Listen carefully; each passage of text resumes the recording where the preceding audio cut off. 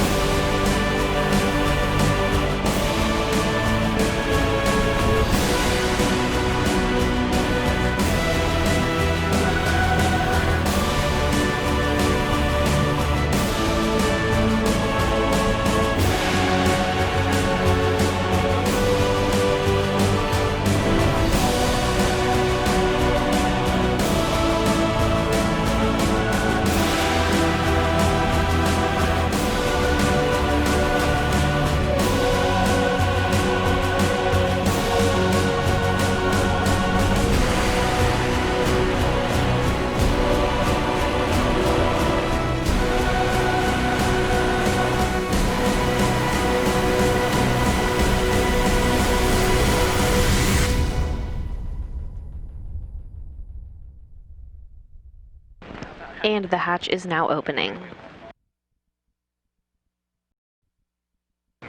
And moving through the hatch now is Bob Behnken, again wearing the suit bearing no stripes. And the crew will now work to move Chris Cassidy through the hatchway. Chris Cassidy and Bob Behnken's suits were placed on internal battery power, officially marking the start of today's spacewalk at 6:32 a.m. Central Time. Chris Cassidy's mirror on his left wrist became detached on his way out of the hatch, and there was no risk to the crew or the spacewalk. Cassidy was still able to use the mirror on his right wrist for the duration of the spacewalk today with no issues. The spacewalk today was the 228th spacewalk in support of International Space Station assembly and maintenance. The official end time of today's spacewalk came at 12:39 p.m. Central Time. It was the 7th spacewalk for Space Station Commander Chris Cassidy, bringing his total spacewalk time to 37 hours and 21 minutes. The spacewalk today was also the 7th for NASA astronaut Bob Behnken, bringing his total spacewalk time to 43 hours and 40 minutes. The 228th spacewalk brings a total time of 1,434 hours and 33 minutes, which is the equivalent of 59 days, 18 hours, and 33 minutes of spacewalking time in support of International Space Station assembly and maintenance.